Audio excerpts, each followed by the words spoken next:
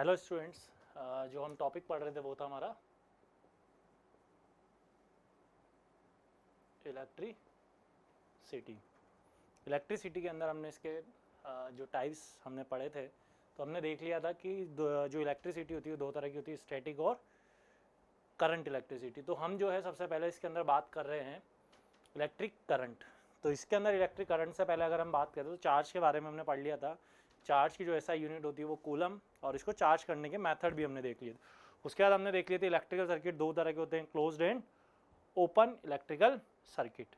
Next हम बात कर रहे हैं इलेक्ट्रिक करंट। जो नेक्स्ट टॉपिक आता है हमारा, किसी भी सर्किट के अंदर जो इलेक्ट्रिसिटी फ्लो होती है उसके लिए एक फिजिकल क्वांटिटी हम डिफाइन करते हैं, उसे हम बोलते हैं इलेक्ट्रिक करंट। तो हम सबसे पहले बात करें अगर इसकी डेफिनेशन की, तो इसकी जो डेफिनेशन होती है वो होती है the rate of net flow of electric charge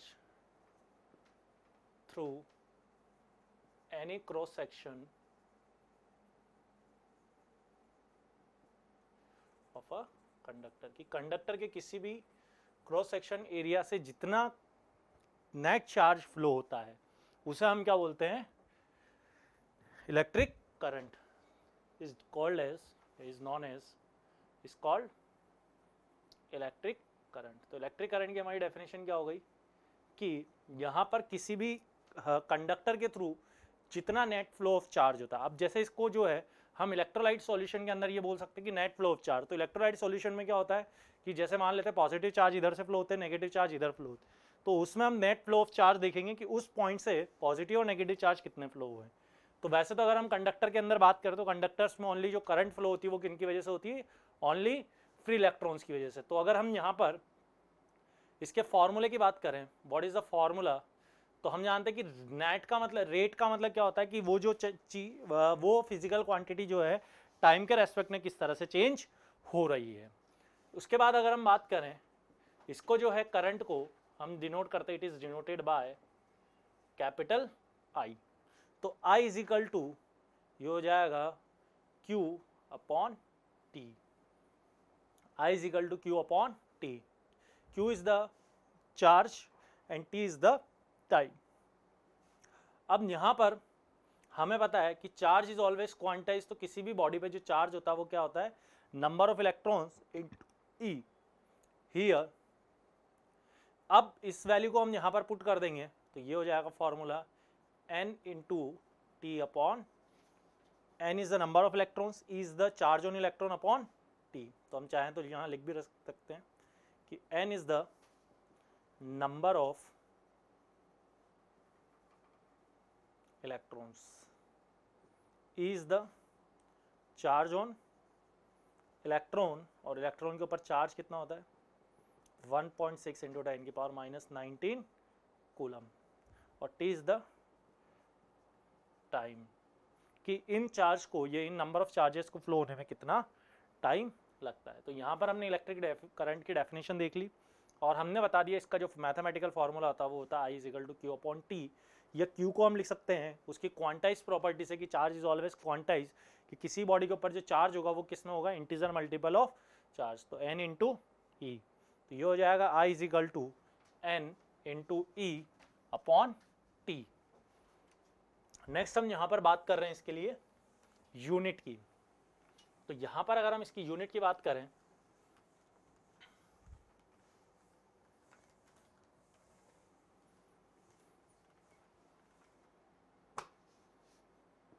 तो SI unit of electric current, electric current की SI यूनिट क्या होगी।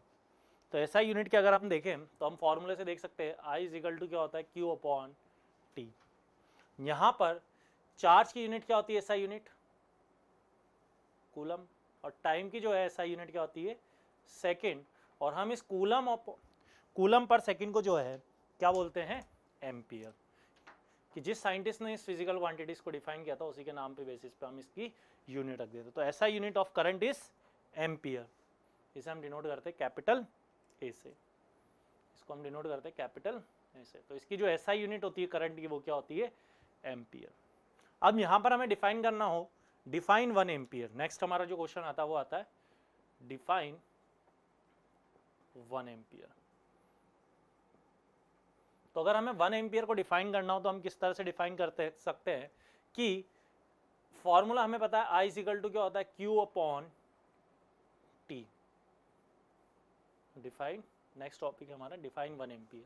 तो I इक्वल टू क्या होता है Q अपॉन T। तो अगर 1 एम्पियर करंट कब फ्लो हो सकती है कि अगर उसमें जो है चार्ज जो है वो कितना फ्लो हो 1 कूलम और कितने टाइम तक फ्लो हो 1 सेकेंड तक। तो वो जो करंट फ्लो हो रही है उस कंडक्टर के अंदर वो जो है उसे हम क्या बोलेंगे 1 एम्पियर। तो अगर हम इसको डिफाइन करें, if 1 coulomb of charge flow through a conductor through a conductor in 1 second, then the current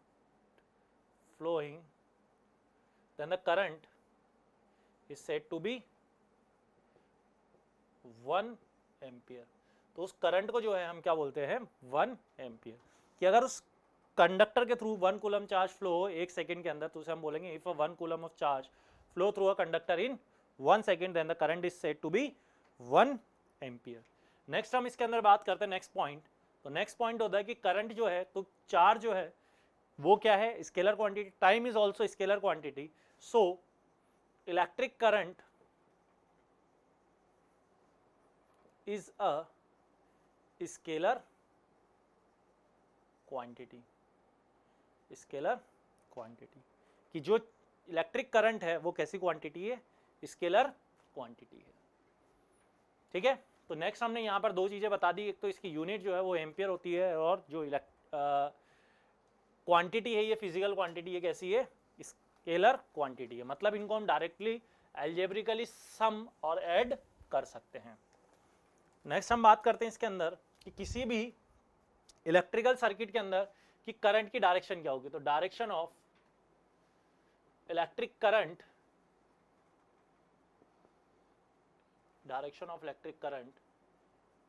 in electric circuit की इलेक्ट्रिक सर्किट के अंदर हम जो करंट की डायरेक्शन है वो कहां से कहां आती। तो हमें पता है कि करंट को फ्लो करवाने के लिए हमें क्या होती है किसी भी इलेक्ट्रिकल सर्किट में, जैसे अगर मैं बात करूं तो यहाँ पर ये इलेक्ट्रिकल सर्किट है, ये इसका सेल या बैटरी, यहाँ पर हमने कोई भी कंडक्टर कनेक्टेड कर दिया या कोई भी अप्लायंसेस हमने कनेक्टेड कर दी। तो यहाँ पर हमें पता है कि चार्ज जो होते हैं हमें पता है कि चार्ज जो होते हैं वो कितने तरह के होते हैं, दो तरह के होते हैं, पॉजिटिव और नेगेटिव। तो वहाँ पर हमने जो है स्टार्टिंग में जब हमें यहाँ पर इलेक्ट्रॉन्स मतलब फंडामेंटल क्वांटिटीज के बारे में पता नहीं था जैसे प्रोटॉन और इलेक्ट्रॉन, तो हमने जो है करंट की डायरेक्शन को क्या मान लिया कि जैसे ये बैटरी है तो बैटरी के अंदर क्या मान लिया कि पॉजिटिव चार्ज जो है वो इधर से इधर फ्लो होंगे और नेगेटिव चार्ज इधर से इधर फ्लो होंगे। तो हमने कन्वेंशनली मान लिया कि हमने जो है करंट की डायरेक्शन को किसकी डायरेक्शन मान लिया पॉजिटिव चार्ज की डायरेक्शन में। तो करंट की डायरेक्शन ऐसे फ्लो होती है मतलब पॉजिटिव टर्मिनल से नेगेटिव टर्मिनल। तो ये क्या होगी डायरेक्शन ऑफ करंट। लेकिन जब हमें बाद में पता लगा कि ये जो करंट है ये पॉजिटिव चार्ज इसमें फ्लो होता ही नहीं है किसी भी कंडक्टर वायर के अंदर, कि कंडक्टर वायर में जो करंट फ्लो होती है वो किसकी वजह से होती है इलेक्ट्रॉन की वजह से। और इलेक्ट्रॉन जो है वो कहां से कहां फ्लो होते हैं नेगेटिव टर्मिनल से पॉजिटिव टर्मिनल की तरफ। तो ये जो ब्लू लाइन में है ये मैंने क्या बताया कि करंट की डायरेक्शन जो इलेक्ट्रॉन्स की जो डायरेक्शन है direction of electrons move from negative terminal to positive terminal. और किसी भी कंडक्टर वायर में जो करंट फ्लो होती है वो कहां से कहां फ्लो होती है negative terminal to positive terminal. लेकिन हमें बाद में हमने इसमें कन्वेंशनली ये सारी डायरेक्शन हमने किधर से मान ली पॉजिटिव से नेगेटिव। तो हम यहाँ पर एक लाइन बोल देते हैं कि कन्वेंशनली तो हमने जो डायरेक्शन है करंट की वो कहां से कहां मानी है the direction of current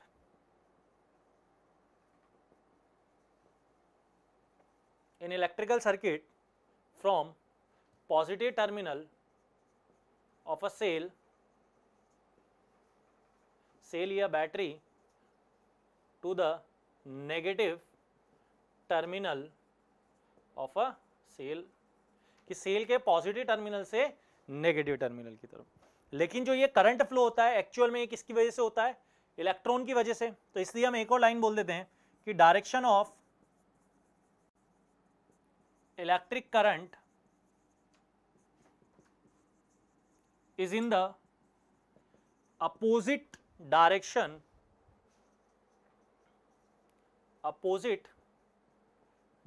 of electrons, कि इलेक्ट्रॉन्स जिधर मूव करते हैं, इलेक्ट्रॉन्स जिस तरफ मूव करते हैं, करंट की डायरेक्शन उससे क्या होती है, अपोजिट। लेकिन ये हमें बाद में पता लगा, इसलिए हमें पूरे सर्किट्स के अंदर चेंज करना पड़ेगा, इसलिए हमने एक और लाइन लिख दी कि इलेक्ट्रिक करंट की जो डायरेक्शन होगी वो क्या होगी, अपोजिट डायरेक्शन होगी, किसकी, इलेक्ट्रॉन्स की। तो यहां पर हमने दो स्टेटमेंट्स लिखे, एक तो हमने जो करंट की कन्वेंशनली डायरेक्शन वो कहां से कहां मानते हैं, पॉजिटिव टर्मिनल से नेगेटिव टर्मिनल, लेकिन एक्चुअल में जो इलेक्ट्रिकल सर्किट में मूव क्या करते हैं, फ्री इलेक्ट्रॉन्स। तो फ्री इलेक्ट्रॉन्स कहां से कहां मूव करते हैं, positive to negative to positive.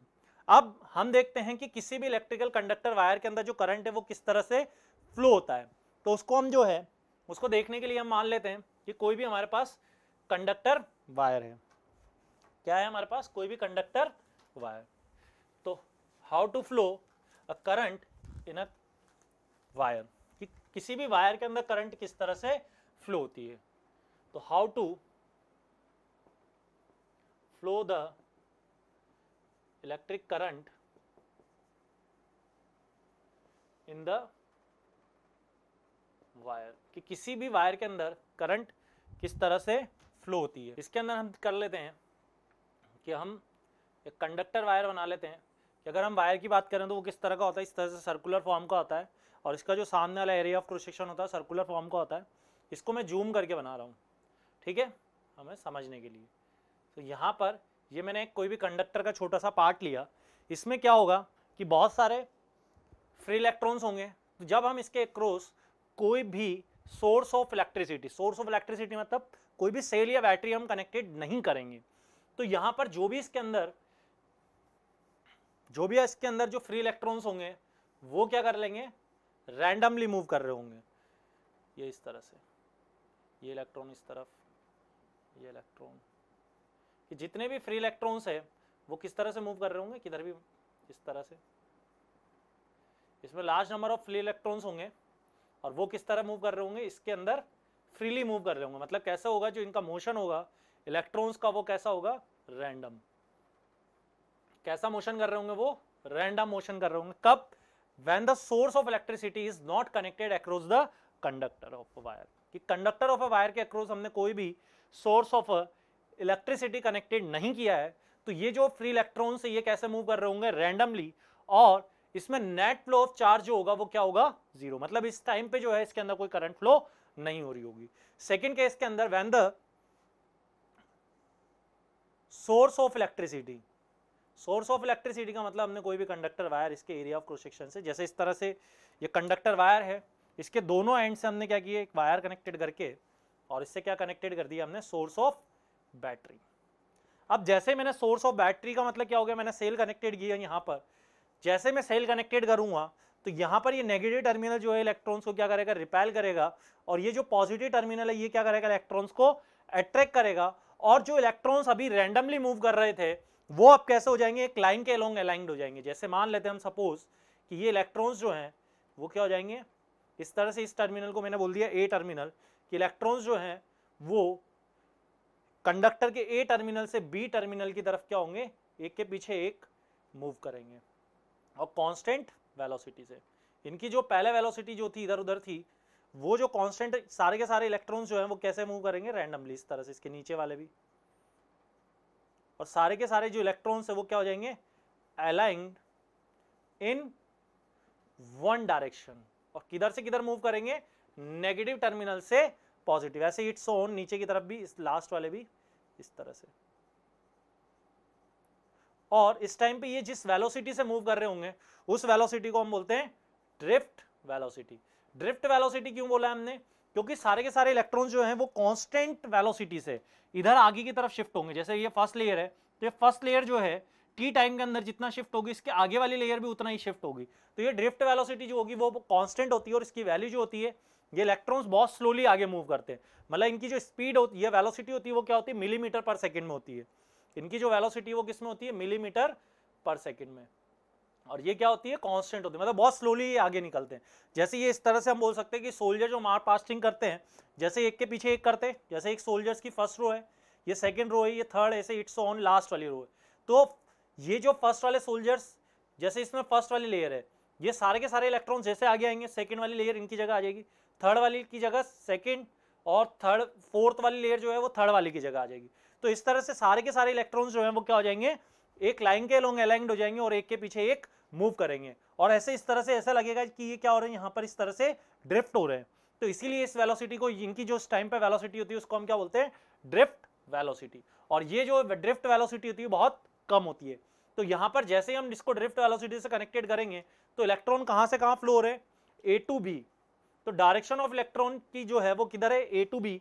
But हम कन्वेंशनली जो करंट है उसकी डायरेक्शन किधर मानेंगे सर्किट के अंदर, पॉजिटिव टर्मिनल से नेगेटिव टर्मिनल। तो करंट जो है वो क्या हो जाएगी, इस तरह से फ्लो होगी। तो किसी भी इलेक्ट्रिकल कंडक्टर वायर के अंदर जो है करंट हमेशा किधर से किधर फ्लो होती है, नेगेटिव टर्मिनल से पॉजिटिव टर्मिनल। तो यहां पर हमने देखा इलेक्ट्रिक करंट की जो डेफिनेशन होती है, तो हम यहां पे बोल सकते हैं कि इसमें जो number of electrons per unit time, जितने इलेक्ट्रॉन्स ट्रांसफर हो रहे होंगे उसी को हम क्या बोल देंगे, इलेक्ट्रिक करंट। कि किसी भी स्पेसिफाइड टाइम के अंदर जितने करंट फ्लो हो रहे होंगे उसी को हम क्या बोलेंगे, number of electrons transferred through a conductor wire in 1 second. कि कितने नंबर ऑफ इलेक्ट्रॉन्स ट्रांसफर्ड होते हैं किसी भी कंडक्टर वायर में 1 सेकेंड के अंदर किसी भी एरिया ऑफ क्रॉस सेक्शन से, तो उसे हम बोलेंगे इलेक्ट्रिक करंट। तो यहां पर हमने इलेक्ट्रिक करंट की एक और डेफिनेशन हम बोल सकते हैं कि if a number of current, if a number of electrons passing through any cross section of a conductor in 1 second is known as electric current। तो इसे हम क्या बोलते हैं, इलेक्ट्रिक करंट। तो हमने यहाँ पर देख लिया कि जो इलेक्ट्रॉन्स पहले रैंडमली मूव कर रहे थे, जैसे ही हमने यहाँ पर सोर्स ऑफ इलेक्ट्रिसिटी को कनेक्टेड किया तो सारे के सारे इलेक्ट्रॉन्स क्या हो गए, एक लाइन के अलोंग अलाइंड हो गए। तो यहाँ पर हम देख सकते हैं कि किसी भी इलेक्ट्रिकल सर्किट के अंदर करंट फ्लो होने के लिए there are two necessary conditions, there are two necessary conditions to flow the electric current in any circuit। कि किसी भी इलेक्ट्रिकल सर्किट के अंदर करंट फ्लो होने के लिए क्या नेसेसरी कंडीशन है। फर्स्ट तो हम बोल सकते हैं कि सोर्स ऑफ इलेक्ट्रिसिटी होना चाहिए। अब सोर्स ऑफ इलेक्ट्रिसिटी कर क्या रहा है कि सोर्स ऑफ इलेक्ट्रिसिटी यहां पर इसके एंड्स पर क्या प्रोवाइड करवा रहा है, पोटेंशियल डिफरेंस। और उस पोटेंशियल डिफरेंस को जो ये बैटरी है कंटिन्यूअसली क्या करके रख रहा है, मेंटेन। तो अगर किसी भी कंडक्टर के अंदर जब तक पोटेंशियल डिफरेंस मेंटेन्ड होगा दो टर्मिनल्स के बीच में, तो उसमें या दो पॉइंट्स के बीच में, तो करंट क्या होगी, कंटिन्यूअसली फ्लो होगी। तो क्या होना चाहिए, फर्स्ट जो है वो क्या होना चाहिए, potential difference between two points is maintained. कि दो पॉइंट्स के बीच में हमेशा पोटेंशियल डिफरेंस क्या होना चाहिए, मेंटेन्ड होना चाहिए। अगर उन दोनों पॉइंट्स के बीच में पोटेंशियल डिफरेंस जीरो हो गया तो करंट फ्लो नहीं होगी। तो दो टर्मिनल्स के बीच में करंट फ्लो होने के लिए, किसी भी कंडक्टर है, किसी भी इलेक्ट्रिकल सर्किट में करंट फ्लो होने के लिए क्या होना चाहिए, उसमें सोर्स ऑफ इलेक्ट्रिसिटी होना चाहिए। सोर्स ऑफ इलेक्ट्रिसिटी क्या करता है, उसमें पोटेंशियल डिफरेंस को मेंटेन करके रखता है। सेकंड क्या होना चाहिए, सर्किट, ये electric circuit must be closed. Must be closed का मतलब क्या है कि जैसे हमने क्या किया, कोई भी इलेक्ट्रिकल सर्किट है, मैंने इसको वायर को बीच में से कनेक्ट कर दिया। जैसे हमने कहीं भी हमारा कोई भी चीज, जैसे फैन ऑन है, हमने वायर को बीच में से कट कर दिया, तो क्या होगा, फैन जो है वो क्या होगा, रोटेट होना बंद हो जाएगा। या किसी भी बल्ब से जो है वायर के थ्रू कनेक्टिंग है, हमने बीच में से वायर को कट कर दिया, तो कट करते ही क्या हो गया, सर्किट जो है वो क्या हो गया, ओपन हो गया। और ओपन होते ही क्या होगा, उसमें जो करंट है वो क्या होगी, फ्लो नहीं होगी। तो करंट या किसी भी इलेक्ट्रिकल सर्किट के अंदर करंट फ्लो होने के लिए नेसेसरी कंडीशन क्या है कि उसमें करंट जो है वो कंटिन्यूअसली क्या होना चाहिए, फ्लो होना चाहिए। तो ये हमने इलेक्ट्रिक करंट के बारे में पढ़ लिया। दो तो नेसेसरी कंडीशन होनी चाहिए, एक तो पोटेंशियल डिफरेंस होना चाहिए, दूसरा सर्किट जो है वो क्या होना चाहिए, मस्ट बी क्लोज्ड। नेक्स्ट हम इसके लिए कुछ न्यूमेरिकल्स को सॉल्व करते हैं इस पे बेस्ड। तो हमने यहाँ पर दो फॉर्मूले देखे, एक तो था I is equal to Q upon T, और नेक्स्ट फॉर्मूला था वो था I is equal to N E upon T. तो फर्स्ट जो न्यूमेरिकल है वो if a 100 coulomb of charge flowing through a conductor in 5 seconds, find the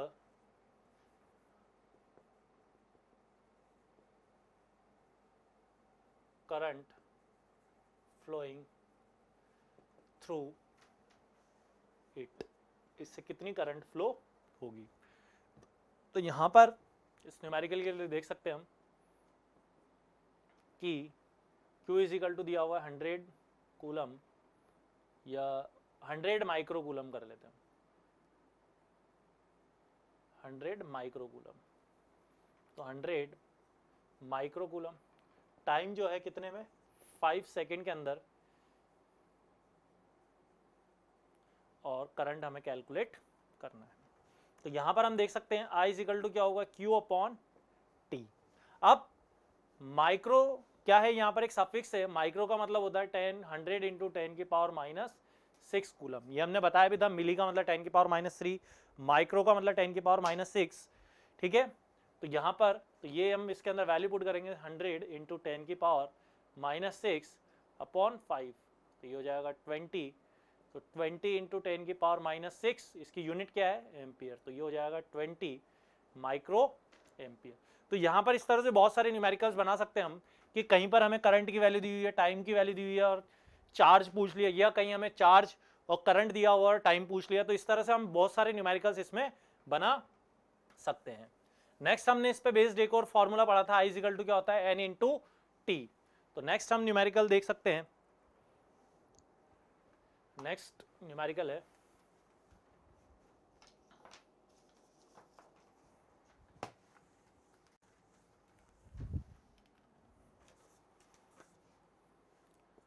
(62.5 into 10 की power 18 electrons per second are flowing through a wire of area of cross section 0.1 meter square. Find the value of current flowing through it, कि इससे कितनी current flow हो सकती है। तो यहाँ पर देखिए हमें यहाँ क्या दिया हुआ है, 62 पॉइंट इतने इलेक्ट्रॉन्स फ्लो होते हैं, मतलब हमें नंबर ऑफ इलेक्ट्रॉन्स दिए हुए हैं 62.5 इंटू 10 की पावर 18, ठीक है। और कितने टाइम में, 1 सेकेंड के अंदर। और हमें क्या निकालना है, यहाँ पर करंट निकालना है। तो यहाँ पर हमें नंबर ऑफ इलेक्ट्रॉन्स दिए हुए हैं, इसलिए हम कौन सा वाला फार्मूला यूज करेंगे, I is equal to NE upon T। तो I is equal to N की वैल्यू कितनी है, 62.5 इंटू 10 की पावर 18 इंटू 1.6 इंटू 10 की पावर -19। तो E का मतलब क्या है, चार्ज ऑन इलेक्ट्रॉन, और इलेक्ट्रोड के ऊपर चार्ज कितना होता है, 1.6 इंटू 10 की पावर -19, और कितने टाइम में फ्लो हो रहा है ये, 1 सेकेंड में। तो यहाँ पर 62.5 इंटू 1.6 इंटू ये कितना हो जाएगा, 10 की पावर -1। इसे हम जब सिंप्लीफाइड करेंगे तो ये आ जाएगा 100, इसको जब मल्टीप्लाई करेंगे ये 100 आएगा अपॉन 1/10, तो ये आ जाएगा 10 एम्पियर। तो इसमें जो करंट फ्लो हो रही है वो कितनी हो रही है, 10 एम्पियर, ठीक है।